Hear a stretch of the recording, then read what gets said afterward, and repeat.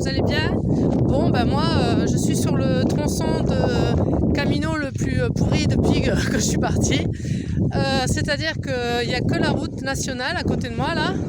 C'est des voitures, des camions, depuis que je suis partie de Léon. Depuis ce matin, à 6h moins le quart, je suis partie.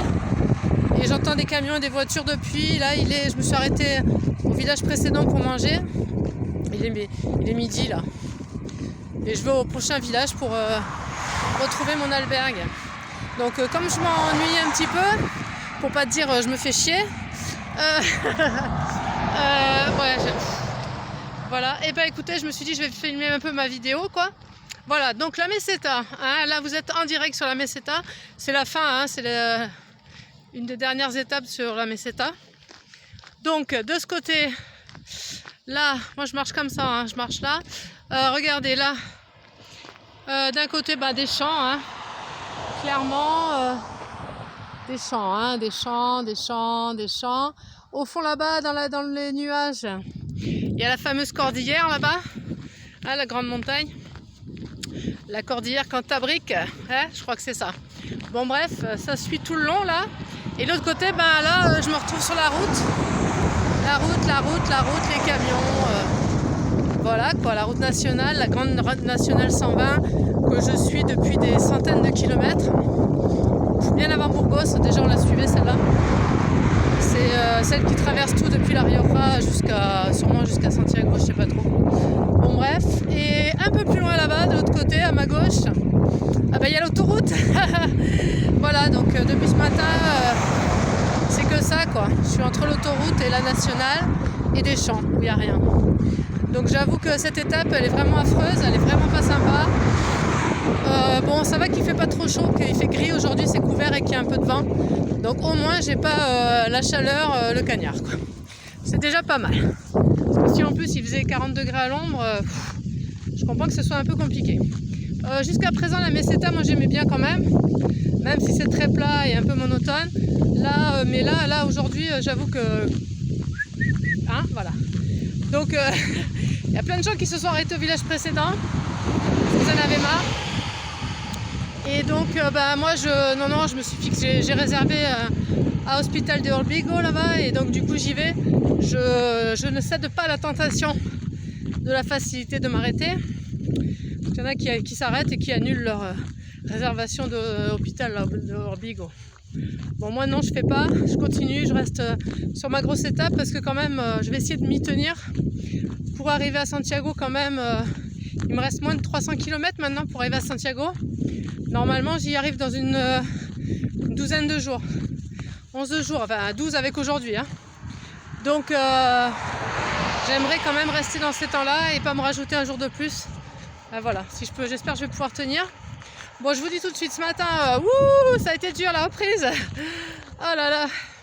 Ah ouais, le fait de s'arrêter, ne serait-ce qu'une journée, le corps, tout de suite, il s'arrête quoi. En mode repos, hein. Parce qu'il a vraiment besoin de repos, c'est sûr, mais le problème c'est qu'il faut quand même repartir. Donc j'étais à froid ce matin, c'était un peu dur. Donc j'y suis allée tranquille. Et puis, voilà quoi. Après, au fur et à mesure, là, ça y est, mes jambes, elles sont bien chaudes, là. C'est bon, je marche. Donc, ouais, faut pas trop s'arrêter. Alors, il faut s'arrêter le long du chemin, ça, c'est clair. Mais il faut pas trop s'arrêter non plus parce que après, on se refroidit trop et on peut plus repartir. Et puis, le mental, le cerveau, il se met aussi en mode repos, quoi. On n'a plus du tout envie de marcher, en fait. Voilà, donc aujourd'hui, pèlerinage, hein. Voilà, j'espère que mes fautes et mes péchés et mes mauvaises actions me seront pardonnés grâce à cette journée laborieuse que je passe. Voilà. En parlant de ça, ouais, j'ai croisé hier à Léon, j'ai vu le pèlerin, là, je sais pas si vous... non, j'en ai peut-être pas parlé dans les vidéos. Un pèlerin qui vient de Hollande et qui avait fait 2000 km. Alors il était tout content parce qu'il allait arriver bientôt là. Et le problème c'est que là, il s'était pas arrêté du tout, pas reposé du tout depuis 2000 bornes quoi. Il était parti il y a plus de 2 mois. Et en fait, là il s'est fait un méga claquage, une super tendinite du genou. Il est coincé à Léon, il peut plus partir. Alors hier je l'ai croisé, et il m'a un peu expliqué. bon, en anglais, hein. Et il m'a expliqué, il pleurait presque. Parce que là, il arrivait presque au but et ben voilà, mais il s'est pas reposé quoi. J'ai pas osé trop lui dire, il aurait fallu te reposer. Donc du coup, là, il est bloqué au moins minimum 5 jours à Léon. Il peut même pas marcher, visiter la ville, il peut rien faire. Là, je l'ai vu en bas de son albergue, de son hôtel, au bar d'en bas, il peut rien faire de plus. Il a même du mal à marcher et à monter les escaliers. Donc il est au bout de sa vie quoi, le gars. Bon, je vais sûrement pas le revoir, mais j'avais de la peine pour lui parce que vraiment... mais bon, il a voulu trop en faire quoi, c'est toujours pareil. Il faut... Donc je regrette pas mes pauses. Mes pauses parce que pour le... je croise les doigts, hein, j'espère qu'il va rien m'arriver ici Santiago, mais le fait d'avoir de temps en temps fait des pauses, je pense que ça m'a quand même bien ménagé au niveau santé. J'espère avoir bien, pour le moment j'ai bien géré et je suis contente d'avoir réussi ça. Aussi bien que pour les ampoules, que pour les douleurs musculaires, que pour les tendinites et tout ça. Voilà, j'ai bien géré l'eau, j'ai géré la nourriture. Bon là, pas toujours, mais si quand même, dans l'ensemble, j'ai quand même bien géré tout ça. Je suis contente d'avoir bien anticipé et avoir bien fait sur le chemin, quoi. Ouais, c'est ça toute la journée, je voulais écouter de la musique. Et en fait, j'arrive pas... En fait, j'ai voulu écouter Michael Jackson parce qu'en fait, ça fait des centaines de bornes qu'il y a un fan de Michael Jackson qui fait des graffitis où il y a marqué « Vive Michael Jackson ». Et du coup, ça m'avait pensé, j'ai dit tiens, je vais écouter un peu Michael Jackson sur Spotify. Sauf qu'il y a tellement de bruit que j'entends pas bien quoi. Alors j'ai un peu arrêté, je me suis dit je vais faire la vidéo. Voilà. Bon, donc Michael m'a un peu aidé sur cette étape. Merci à lui. Voilà. Bon, j'aime bien Michael Jackson, oui. C'est la musique de... J'ai acheté son disque là, quand j'avais quel âge, 16 ans je crois. Le disque qui a fait son succès phénoménal, quoi, interplanétaire. Ça me rappelle quand j'étais jeune, voilà. Mais il est indémodable, ça marche toujours. Donc ben voilà, hein, la route. La Meseta côté sombre, hein.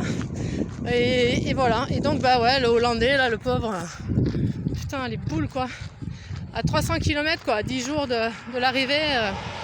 Alors qu'il espère que dans 5 jours, son genou ira un peu mieux et qu'il pourra aller quand même en marchant, mais en se faisant porter le sac quoi. Avec le système de portage de sac ou de taxi, c'est pas trop.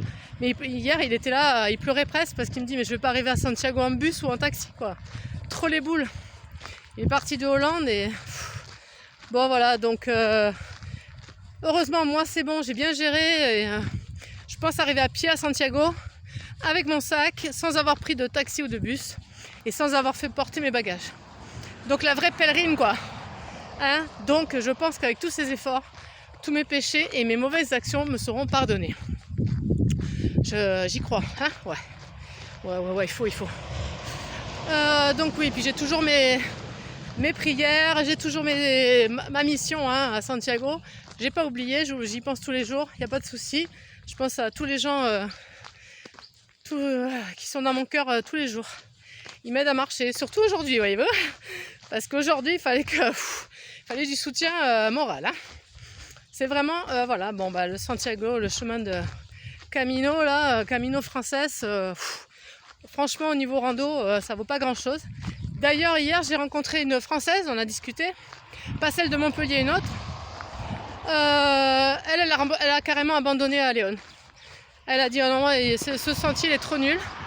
Parce qu'elle en a fait d'autres, en fait, en Espagne et en France. Et elle m'a dit, lui, il est trop nul, celui-là, il me plaît pas, je vais faire autre chose. Du coup, elle est partie, là. Elle a abandonné. Elle avait déjà été jusqu'à Santiago, donc s'en fichait un peu d'y retourner, quoi. Et donc, du coup, elle va faire autre chose. Je sais pas, elle est partie sur un autre truc. Elle prenait un bus, elle faisait autre chose. Elle partait sur un autre sentier en Espagne, je pense. Bon, bref, voilà, pour vous dire que autant le GR65 en France, il est du tonnerre, il vaut vraiment le coup. Autant le Camino Frances, franchement, à part par rapport à l'histoire et se dire que c'est le premier GR, enfin c'est le premier sentier de randonnée connu au monde, puisqu'il date du Moyen-Âge, hein, ce sentier de randonnée c'est le premier qui puisse exister dans l'histoire humaine. Donc voilà, il est intéressant pour ça, mais sinon il n'est pas du tout intéressant en tant que randonneur pas du tout quoi. Donc il faut tenir le coup, parce que j'y suis presque, il me reste plus que moins de 300 km, putain, faut que je tienne le coup là les gars. C'est pas évident tous les jours, surtout aujourd'hui quoi. Donc merci de votre soutien, merci à tout le monde qui suit les vidéos, parce que c'est vrai que en plus moi je suis toute seule quoi, et là il y a tout le monde qui s'est arrêté partout, il n'y a vraiment plus personne, ni devant, ni derrière, ça y est, tout le monde a abandonné là. Putain, il n'y a que moi qui continue jusqu'à l'hôpital. Bigo. Bon, ok, je suis la plus courageuse, yes. Allez, je me motive et j'y vais, et je vous dis à plus pour la suite des aventures, ciao ciao.